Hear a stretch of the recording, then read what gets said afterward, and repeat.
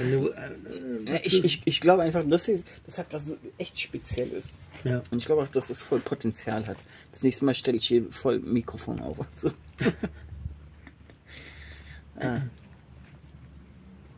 Ich meine, ist ja auch das Schöne, du kannst es laufen lassen.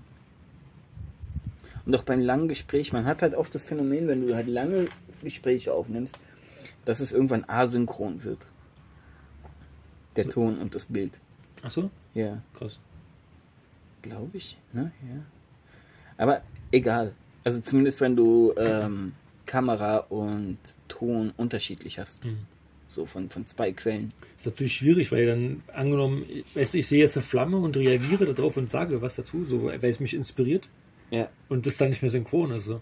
Dann, Ja, aber das Schöne da ist... kommt es nachher gar nicht mehr an. So. Ja, aber generell ist ja die Sache, dadurch, dass man quasi nur die Glut und das Feuer sieht die ganze Zeit, spielt es keine Rolle, ob es synchron ist oder nicht. Außer natürlich, du sagst, oh, hast du gerade gesehen. Ne? Oder wenn jetzt mal wieder hier irgendwas ploppt. Aber meinst du nicht, man merkt es auch spirituell? Also angenommen, ich sehe jetzt hier so diese ganz kleine Flamme, ja, und dann reagiere ich spirituell darauf. Und guck mal, ich glaube nicht, dass irgendjemand eine Stunde von einem YouTube-Video sitzt und die Glut und die Flamme sich anschaut, während der sich uns anhört. also dann jetzt alle mal viele Grüße, die jetzt schon den zweiten Tab geöffnet haben und da ein Video gucken. Ja, genau. So Ja, wie nicht, es ein auch, Video, nicht ein Video, sondern vielleicht spielen sie gerade irgendwas. Ja. Oder sie räumen gerade auf. Ja. Ne? Nee, aber mache ich auch so. Also ich finde das eigentlich ganz cool. Also manchmal, wenn man dann doch zu viel denken muss, oder wenn man merkt, okay, ich muss jetzt immer doch ein bisschen genauer zuhören. Ich meine, vieles kannst du ja nebenbei einfach so auch gut verstehen. Mhm. Aber manchmal kommt man noch am Punkt, wo man dann Dinge nochmal wirklich kurz reflektieren will oder nachdenken will. Und dann ist es vielleicht mal gut, kurz Pause zu machen. Ich glaube ja sowieso, dass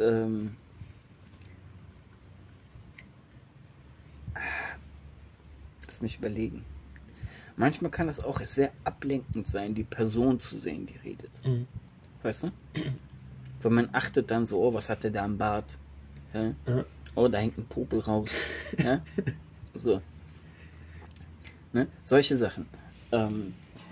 Wo du dann, wenn deine Aufmerksamkeit erstmal auf was anderes fällt, plötzlich gar nicht mehr so richtig zuhörst. Und wenn du dann halt sowas hast, wo du so ein bisschen fast was Hypnotisches hast, dann glaube ich auch, kann man sich ein bisschen mehr mitunter darauf kommen. Ah, das kommt auch wieder auf die Sache an. So. Mhm. Also bei so langen Themen, glaube ich. Und vor allem ernst, wir machen hier keinen, ne? Mhm. Klar, ist auch ein bisschen locker, ein bisschen so. Aber es sind ja schon sehr, sehr tiefgreifende Themen.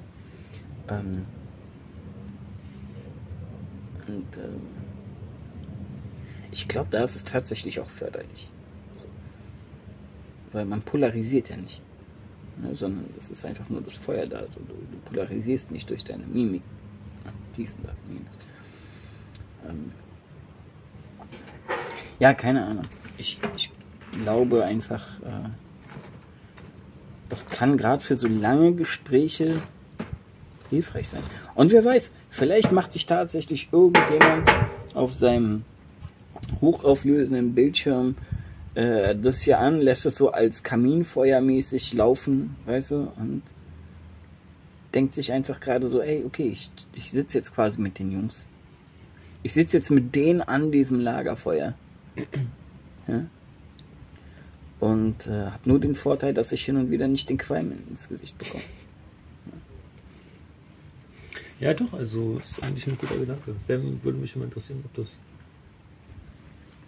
so auch vielleicht mal genutzt wird.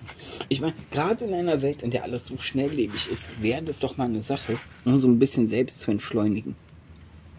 Ja? Einfach so für sich selber abschalten.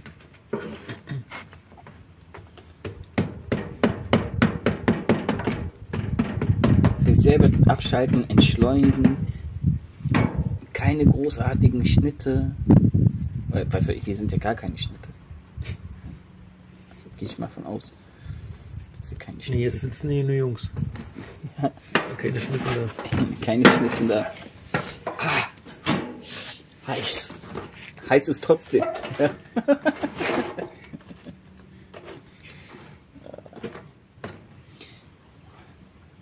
Aber man merkt richtig, wenn die Flammen weg sind, wie heiß das plötzlich wird. Das ist echt.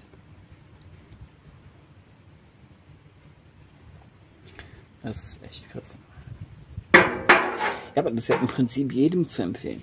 So wirklich zu entschleunigen. Bisschen einfach in so ein Feuerchen reinstarren, in die Glut. Sehr entspannend. Oder, was natürlich noch viel krasser wäre, jemand macht sich selber im Garten. Oh, stell dir vor, so Chill-Partys. So. Man chillt miteinander, macht sich den Podcast an. Oder was auch immer das hier jetzt ist. Gespräche am Lagerfeuer.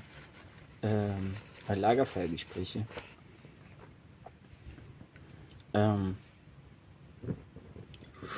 Oh, ich bin Augen. Würde mich mal interessieren, ob das jetzt so rüberkam, wie es hier gerade nicht rüberkam. So, Alter, so. So hell meinst du plötzlich? Ja, ich glaube schon, dass es auch rüberkam. Warte, ich gucke. Aber da ist gerade keine Flamme, wo das drauf ist. Ja, es entzündet nicht. Okay. Reicht doch einmal. Also. Warte, Der Schock setzt tief. Hab ich noch? Warte mal. Ist hier noch irgendwo was? Ich mich gerade sowieso gewundert. War das ein Taschentuch oder war das ein Zeitungsstück oder so? Das war ein Küchentuch. Okay. Nee, habe ich nicht mehr. Keins mehr da. Ich Naja. nicht. Ja. Ja, aber das ist ja so wirklich so diese Sache, ne? Was ich letztens meinte. Ach nee, was ich sagen will, genau. Ja. Stell dir vor, die treffen sich mit Kumpels, machen selber Lagerfeuer oder sowas und hören dazu das Ding. Und haben einfach so dieses Feeling, man chillt so mit uns. Das wäre geil. Sowas würde ich sehen wollen. Da würde ich eine Reaction drauf machen. Mich würde mal interessieren, ob, angenommen, jetzt würden sich auch 2 oder 3, wie du meintest, vielleicht treffen Ja. und das machen. Aber hat man sich da nicht eventuell selber genug zu erzählen? So? Absolut. Absolut. Ich meine, wenn du jetzt. Ich habe, ich meine, das ist keine Ahnung, aber angenommen, man wäre jetzt zum Beispiel alleine. Man kann ja auch alleine ein Lagerfeuer machen, wenn man gerade niemanden da hat. Und dann ist es vielleicht eher cooler, irgendwo dann zuzuhören. Ja.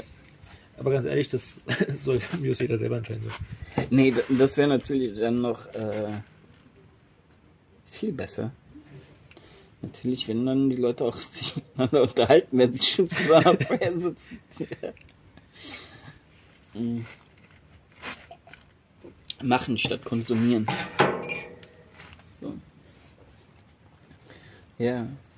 Nein, aber dieser Gedanke war einfach gerade so jemand macht, um diese Atmosphäre so ein bisschen mitzumachen, weißt du, macht sich selber so ein kleines Lagerfeuer und so. Ja. Aber also wirklich auch nur draußen, ne? Also. Ja, nur draußen, nicht in der Wohnung. Ich meine, heutzutage, ich weiß nicht, angenommen in 30 Jahren, ja, sehen irgendwelche Leute das Video, dann kann es halt sein, dass sie das auf jeden Fall wissen müssen. Weil ich weiß nicht, ob man in 30 Jahren zum Beispiel, ob jeder junge Mensch dann auch weiß, dass ein Feuer in der Wohnung zum Beispiel nicht die beste. Ja, vielleicht ist es aber auch dann eine sehr abstrakte Idee, überhaupt ein Feuer zu machen. Ja. Oder wir manifestieren jetzt positive Gedanken und sagen, in 30 Jahren ist ja die Welt um einiges besser, als sie heute ist. Absolut. Das heißt, es gibt keine Elektrizität mehr, es gibt nur Lagerfeuer. So. Ja, jeder hat Lagerfeuer. Stell dir vor, dieses Video läuft dann in 30 Jahren im Museum so. als Zeitdokument. Pioniere ihrer Zeit voraus, so, am Lagerfeuer. Ach ja. Schon vor dem Blackout. Ja. Ihrer Zeit voraus. Ja. Ach ja. Ja. Sich nicht unterhalten über Discord. Oder einfach nur hin und her chatten, sich irgendwelche Kurznachrichten schicken. Oder in Kommentaren irgendwie streiten, was vollkommen sinnlos ist. Das ist ja auch so eine Sache, ne? Sich zu streiten in Kommentarsektionen. Das ist eine vollkommen sinnlose Geschichte. Und Energieverschwendung, ne? Was will man erreichen? Was denkt man, was man erreicht? ich bin jetzt derjenige, der mein Gegenüber bekehrt. So. Es ist ja schon manchmal schwierig, weil man jetzt nicht streitet, irgendeine Information so rüberzubringen, wie man so rüberbringen will. Und dann so in einem Streit ist es dann halt meistens ja noch schwieriger, weil man dann eher noch emotionell meistens auch dabei ist. Ja. Ich meine, ich hatte einmal ein Kommentargespräch. Ich weiß nicht mehr, worum es ging. So. Da war auch jemand, der hat so kritisiert, was ich irgendwo unter einem Video geschrieben habe. Dann habe ich ihm die Sache erläutert. Danach hat er sich bei mir bedankt, hat gesagt, oh krass, so habe ich das noch nie gesehen. Da dachte ich so, was? So, ich habe noch nie so eine Reaktion in einem Kommentar gesehen. Ja. So, wo man dann merkt, okay, da ist wirklich jemand gewesen, der wirklich Interesse hatte, irgendwas, weißt du? So. Und sowas finde ich schön. Also sowas habe ich eigentlich selber auch schon mal gemacht. Also ich hatte auch mal irgendwo früher ein Gespräch. Also ich weiß nicht, ich hatte doch eigentlich keine Probleme dann, wenn ich irgendwas vorher behauptet habe oder gedacht habe, dann auch meine Meinung irgendwie zu revidieren. Aber man merkte, dass die meisten Menschen das Problem halt haben. Ja. Deswegen ist es ja auch so oft, dass wenn sich da Leute streiten und, sag ich mal, auch teilweise dann Fakten noch austauschen, manche sind trotzdem halt, obwohl sie sehen eigentlich, dass es ihre Punkt nicht mehr so standhält, trotzdem auch bei ihrem Punkt halt bleiben, weil sie irgendwie, keine Ahnung, die können da nicht über den Schatten springen. Ja. Das ist der Akku. Naja. Ja, absolut. Absolut. Ja. Ego kommt dann da rein und so. Ne? Aber so ist es. So ist es. Also verschwendet eure Zeit nicht irgendwie in Kommentaren groß jemanden versuchen von irgendwas überzeugen zu wollen. Das funktioniert nicht. Das ist nichts, was wirklich funktioniert. In den meisten Fällen jedenfalls nicht. Ich frage mich gerade, ob das Stück hier durchgebrannt ist. Frage. Ist das wie so ein Stein?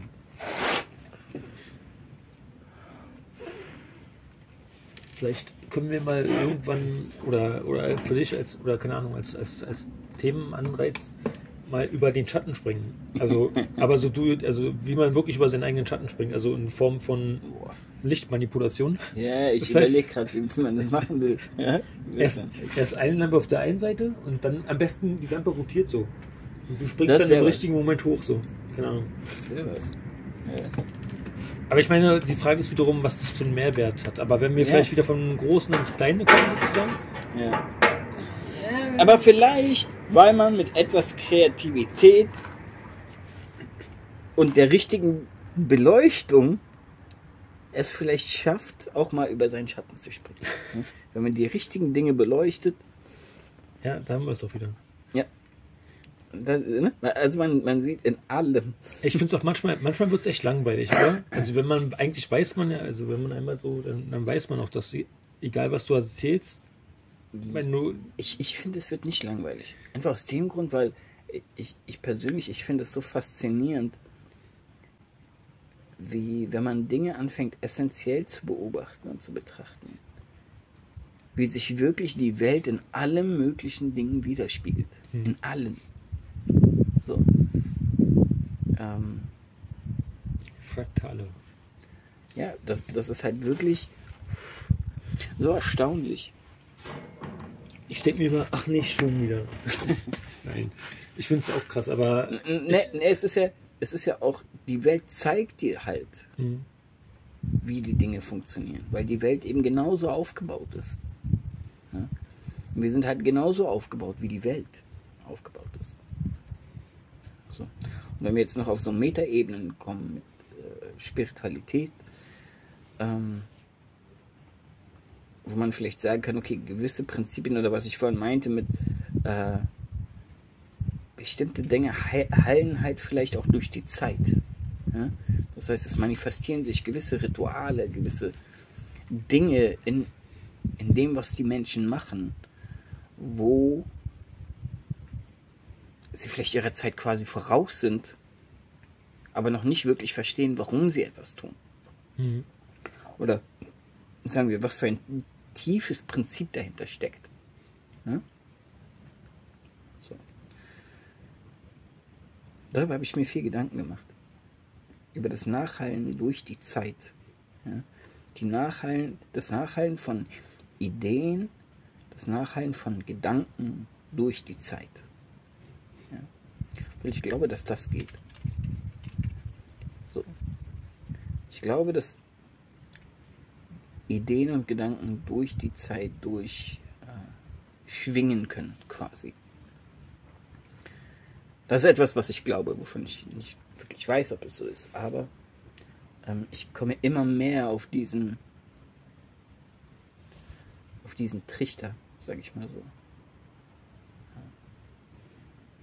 Ich finde, was du eben meintest, auch mit der, wenn die Menschen etwas tun, aber noch nicht genau wissen, was sie da tun, das kann man bei Musikgeschichte so voll krass sehen, finde ich.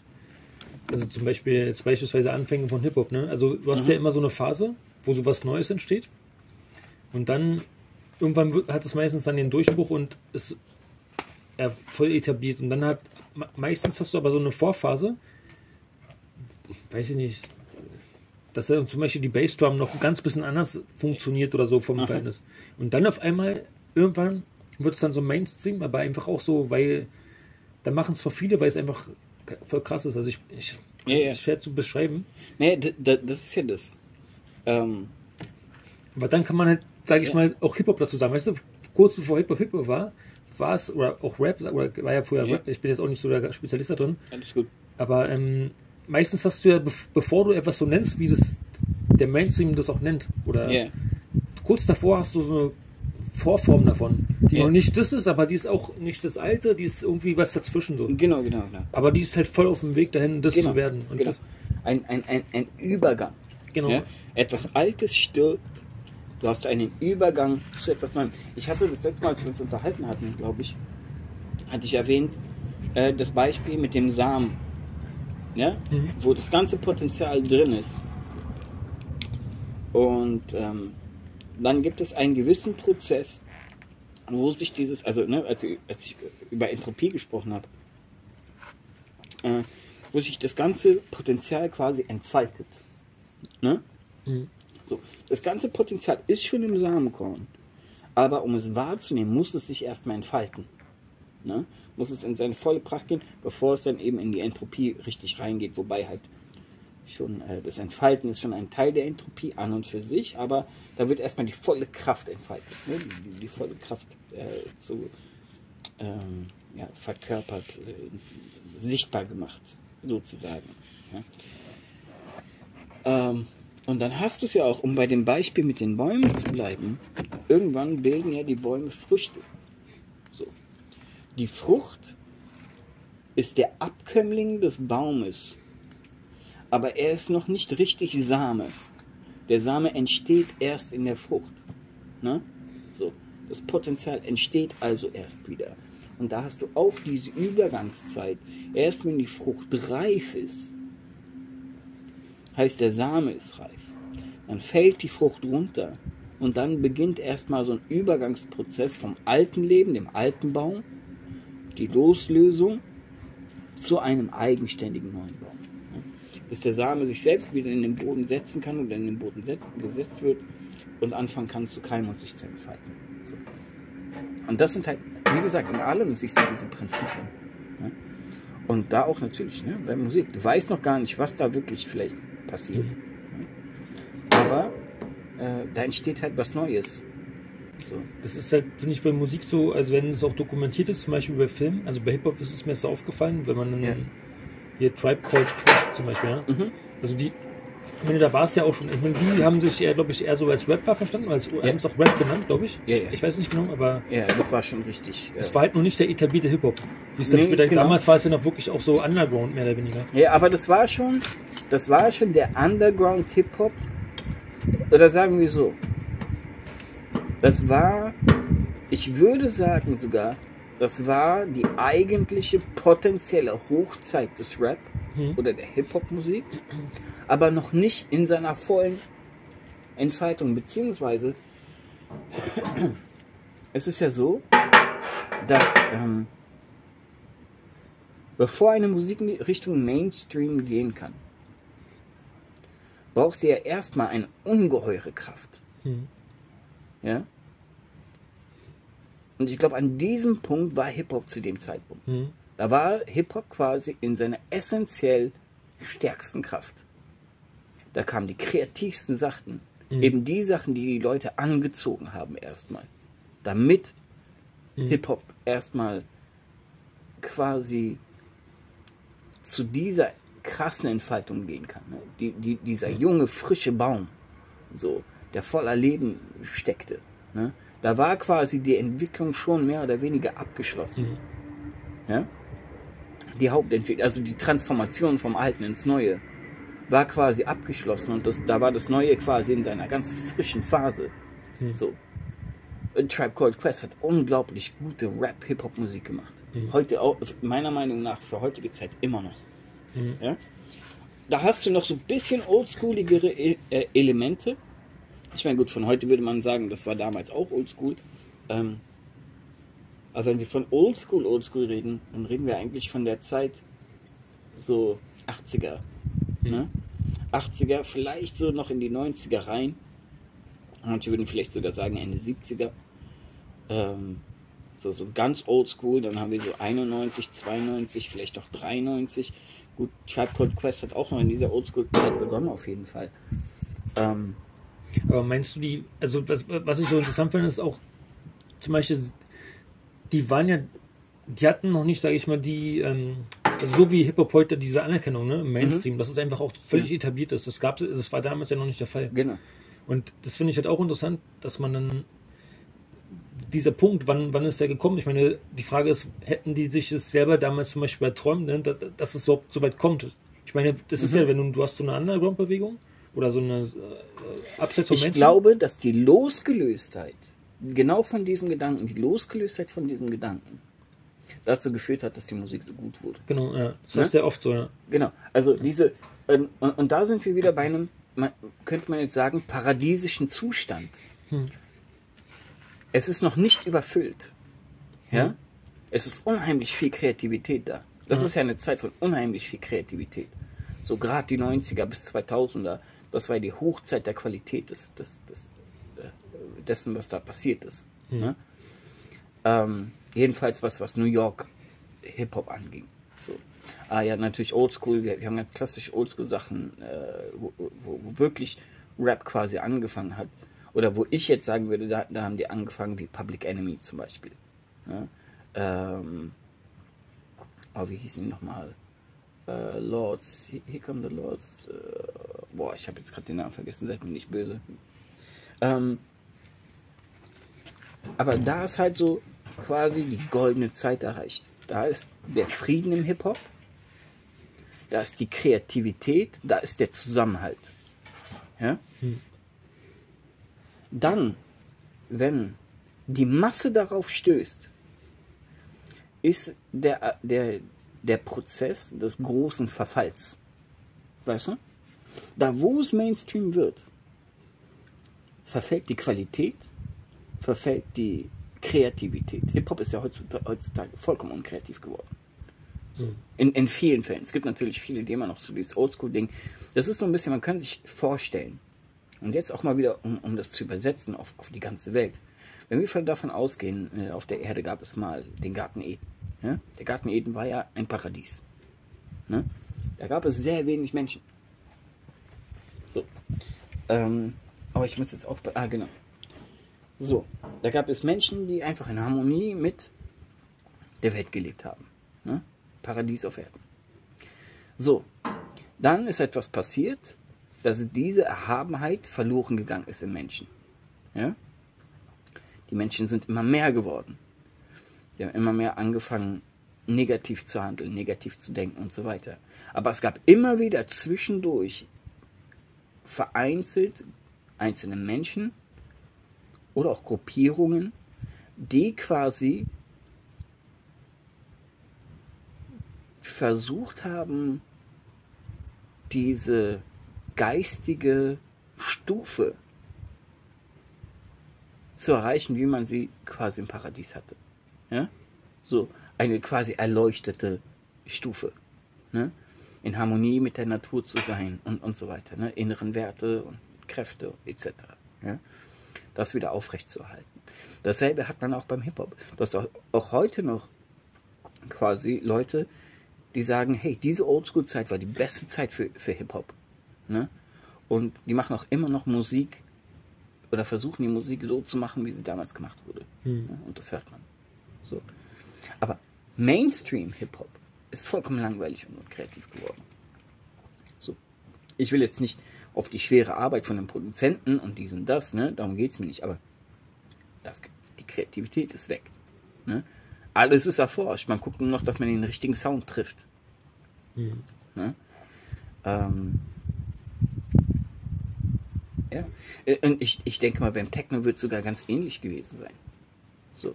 Es gab ja auch mehr oder weniger Anfänge vom Techno sehr früh. Das ist auch eigentlich eine Zeit, weil du gerade die Zeiten so von Hip-Hop genannt hast. Das ist eigentlich bei Techno, glaube ich, relativ ähnlich gewesen. Ja. Also so Ende der die 80er waren sehr prägend, also gerade zum Ende. Und dann in den 90ern war wirklich so die Blütezeit. Und eigentlich ist es danach. Es war auch so Ende der 90er, ne? So 98, 99, glaube ich. Ne, ich glaube schon auch Anfang der 90er, also zumindest was die Clubkultur ist. Also, da hast du ja in Deutschland so gerade durch, was hier reinkam an Euphorie durch diese Maueröffnung. Genau. Naja, es kam ja damals, also ich meine, natürlich, da gab es dann diese Namen, Marusha. So, das würde ich sagen, war so die Hochzeit des Techno. Ne? Love Parade, die ersten Love Parades in Berlin und so. Aber war schon, also richtig Mainstream wurde das dann eigentlich, du hast doch eher, glaube ich, recht, also eher so Ende der 90er. Und genau, und du hast ja vorher dann auch schon die Leute, wie hießen die Kraftwerk? Ja. Die so schon angefangen haben, so in diese Richtung Dinge zu machen. Das war aber noch nicht wirklich Techno. Das war halt auch so, sage ich mal, aus der, weiß nicht, was die vorher für Musik gemacht haben. So Popmusik, würde ich, ne, wenn ich das jetzt so bezeichne. Weiß jetzt nicht genau, aus welcher Richtung das kommt. Ich glaube, früher hat man, ich weiß nicht, aber also einfach elektronische Musik, weil damals war das auch wirklich noch was Neues, wenn du jetzt elektronische Musik gemacht hast. Ja. Ja. Ja. Also so Synthesizer-Musik, damit ein bisschen rumspielen, ein bisschen abfreaken. Ne? Und dann hat sich das ja dann auch quasi rauskristallisiert. So. Ne? Aus einer alten Form des Musiks. Ich weiß jetzt nicht, wenn es aus Deutschland kommt, wird es wahrscheinlich irgendwo aus der deutschen Welle heraus entstanden sein. Kann ich mir vorstellen. Ja, also ich glaube, sogar in den USA ist auch relativ viel passiert Stimmt, da gab es auch so diese Hausbewegung. Ne? Glaube ich, Hausmusik. Ja, und vor allen Dingen irgendwie Detroit und so, und das kam dann halt Ende der 80er halt nach Deutschland, und vor allen Dingen, wo dann die Mauer aufgegangen ist halt so, gerade Ostdeutschland ist es halt auch explodiert. Absolut, ja. Und dann, klar, Westdeutschland auch, aber so Ostdeutschland, glaube ich, noch ein bisschen extremer. Ja. Aber es ist halt interessant, dass es so relativ zeitgleich passiert ist. Ja. Ich meine, es war ja so, dadurch, dass wir aus Berlin kommen, hat ja bei uns beides stattgefunden. Und das ist ganz interessant, wo du auch sagst, mit Ost und West, weil, ich meine, in West-Berlin war natürlich auch der Techno-Boom nicht zu übersehen. Ne? Das hat die Menschen vereint. Also es hat so viele Aussagen. Ja, könnte man sagen. Aber man hat halt auch gleichzeitig, das war ja auch so eine Zeit, wo so ein bisschen, also ich kenne das aus meiner Jugend, ne? Wer Hip-Hop gehört hat, hat kein Techno gehört. So. Und ich meine natürlich auch die Menschen, die Techno gehört haben, hat das vereint. Also ja, natürlich. Nee, was ich sagen will, ist, da war halt ich fand diese Aussage mit eher im Osten als im Westen, das hat man auch in Berlin gesehen. Ja, das wollte ich sagen. So. Das hat der Osten war halt eher so eine Techno-Szene, obwohl der Osten auch eine extrem starke Hip-Hop-Szene hatte. Habe ich ja sogar vorhin erzählt. Extrem starke Hip-Hop-Szene, aber tendenziell würde ich auch sagen, war halt zumindest Techno im Osten präsenter als im Westen von Berlin. So.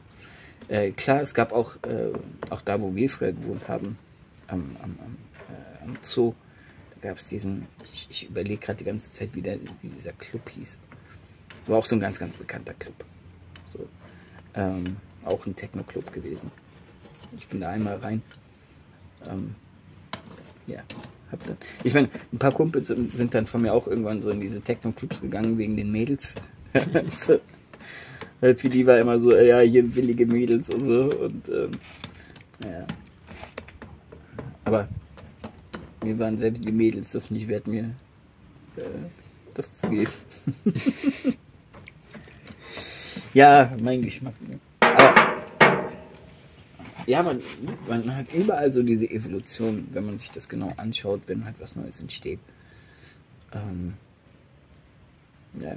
Das ist interessant, also wirklich diese Phasen, gerade wenn sowas dann irgendwann Mainstream wird, aber komischerweise wird es doch dann erst so richtig, wenn es Mainstream hat, diesen Stempel vom Mainstream auch bekommt. Ja.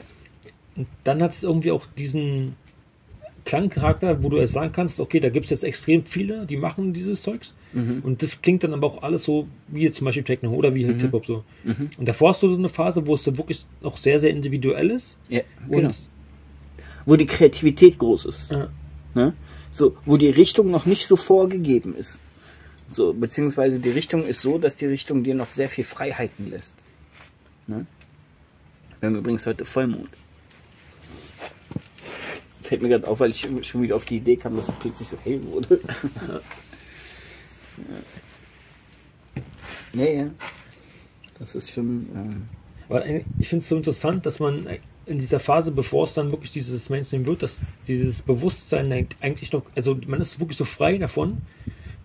Ich meine, viele wünschen sich ja manchmal so, dass es, glaube ich, dann mehr Anerkennung geben würde, weil das hast du ja oft im Underground nicht. Andererseits natürlich viele feiern das, dass es halt gerade Underground ist und nicht jeder weiß. Genau.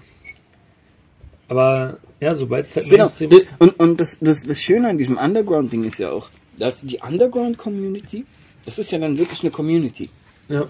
Also ich weiß aus Berlin, in diesen ganzen Hip-Hop-Underground-Clubs, man kannte sich. So. Und wenn du jemanden nicht mit Namen kanntest, hast du ihn aber schon ein paar Mal gesehen irgendwo. Weißt du? So. Und das hat halt wirklich sowas von Familie ein bisschen gehabt, ne? So. Also das fand ich schon wirklich, zumindest beim Hip-Hop, hat man das halt wirklich gemerkt. Da ist halt automatisch, es liegt halt in der Natur der Sache, es sind noch nicht so viele. Und beim Deutschrap hatte man das ja dann auch irgendwann. Als Deutschrap so langsam peu à peu kam, noch nicht vom Mainstream akzeptiert. Ne? Und Deutschrap war ja früher total verpönt bei uns. Ne? Da war ja nur amerikanischer Rap, nur amerikanischer Hip-Hop etc. pp. Aber als es dann so anfing, da war das ja dann auch nochmal quasi eine Subkultur im Hip-Hop. Ne?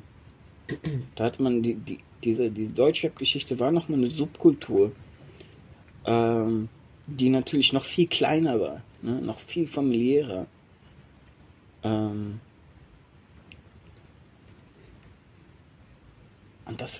das fällt dann, dieses Persönliche, das ist wie bei einer Stadtentwicklung, weißt du? So, am Anfang ist die Stadt ein Dorf. So. Und da kennen sich halt die Leute. Weißt du, sie kommen miteinander aus.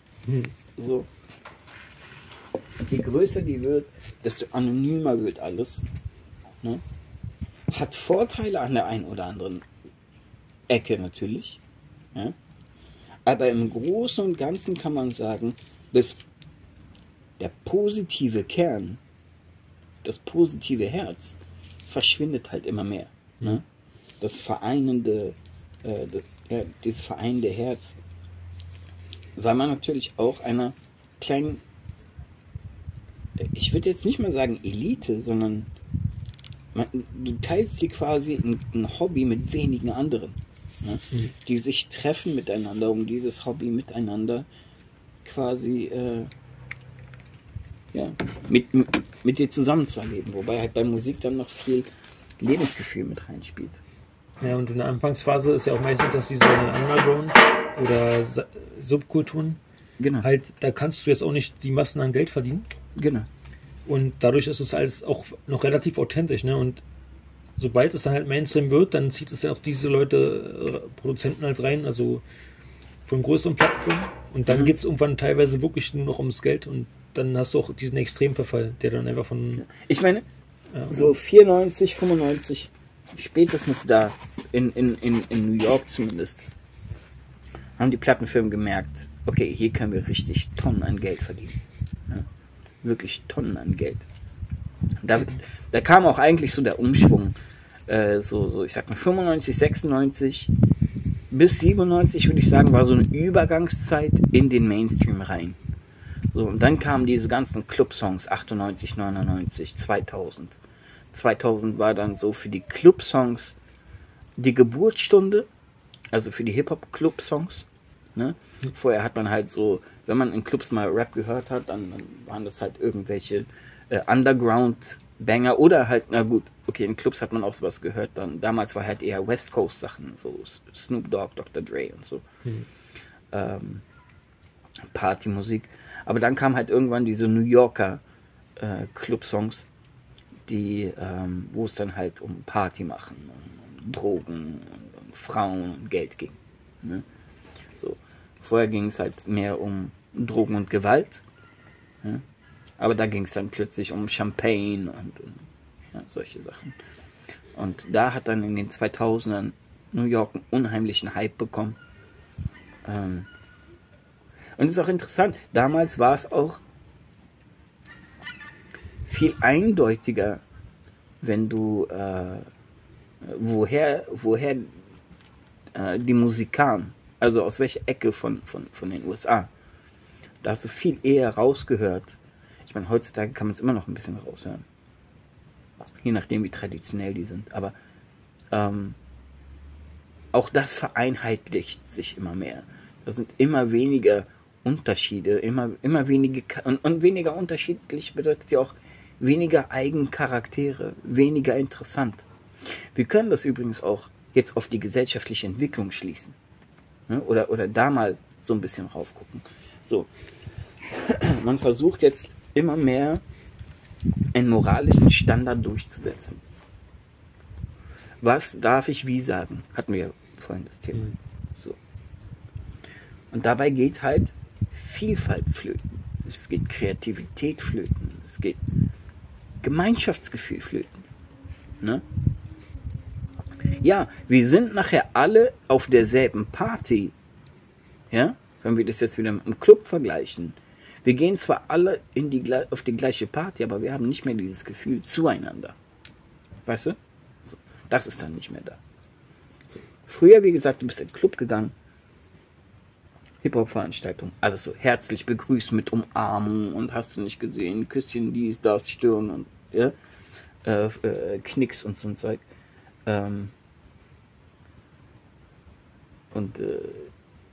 Heute, ja, hier, piep, ja, so, du bist drin und dann wird halt getrunken und man guckt, dass man seine Beute auscheckt. Ja, so. Und da sieht man halt diesen Verfall an Wertigkeit. Ja? So. In so einen Club zu gehen damals war halt wirklich ein Erlebnis. Weißt du? So. Du hast dich gefreut, weil du wusstest auch, du wirst die wiedersehen, den wiedersehen, dies und das und jenes. Ja? So. Das war halt wirklich, klar, es gab auch nicht nur Frieden da drin. Ja? Ich will jetzt nicht sagen, das ist alles Friede, Freude, Eierkuchen. Überhaupt nicht. Da gab es natürlich auch unter den einzelnen Leuten, wie man so schön sagt, Rindfleisch. Beef. Okay. Aber es war doch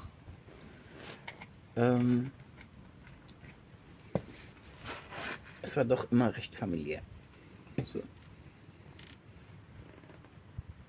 Und wie gesagt, da würde ich ja auch schon sagen, als wir die goldene Zeit des Hip-Hop in Berlin hatten, obwohl die goldene Zeit war wahrscheinlich eher so diese ganze Graffiti-Szene. Das würde ich sagen, war wahrscheinlich so da ist das Kreativste aus dem Hip-Hop rausgekommen. So. Und man könnte sagen, dass die Zeit, die ich dann erlebt habe, war dann eher so eine Entfaltung dieses paradiesischen Zustandes, Ne? Nicht mehr das frische Paradies, nicht mehr so dieses ganz krass fasziniert vom Neuen, so. Aber trotzdem noch neu, trotzdem noch klein, trotzdem noch familiär. Aber dann halt schon auch ja quasi die Entropie davon. Ne? Der Übergang quasi zu dem krassen Verfall, ne? Dieser Wertigkeit. Nicht des Erfolges der Musik, nicht, dass man nicht damit Geld verdient, im Gegenteil, ne? Klar. Aber wie gesagt, der Kreativität, der Neuheit und des Zusammenhaltes. So. Heute spielt es gar keine Rolle, ob du Hip-Hop, weißt du, interessiert kann, ob du Hip-Hop hörst oder nicht. So, hat überhaupt nichts zu heißen. Wer du bist oder nicht, ist es halt ein Trend. So. Abgesehen von der Message, die dann da drin steckt, die ja dann auch noch eine Rolle gespielt hat, je nachdem, wie du dich da zugehörig gefühlt hast. Aber wie gesagt, das lässt sich auch nachher in alle Entwicklungsstufen der Menschheit irgendwie auch übertragen. Ne? So.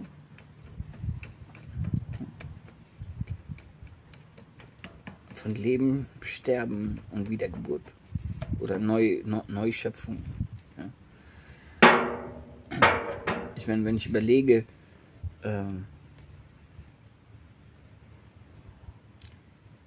für Hip-Hop, da waren ja auch Einflüsse drin, Michael Jackson.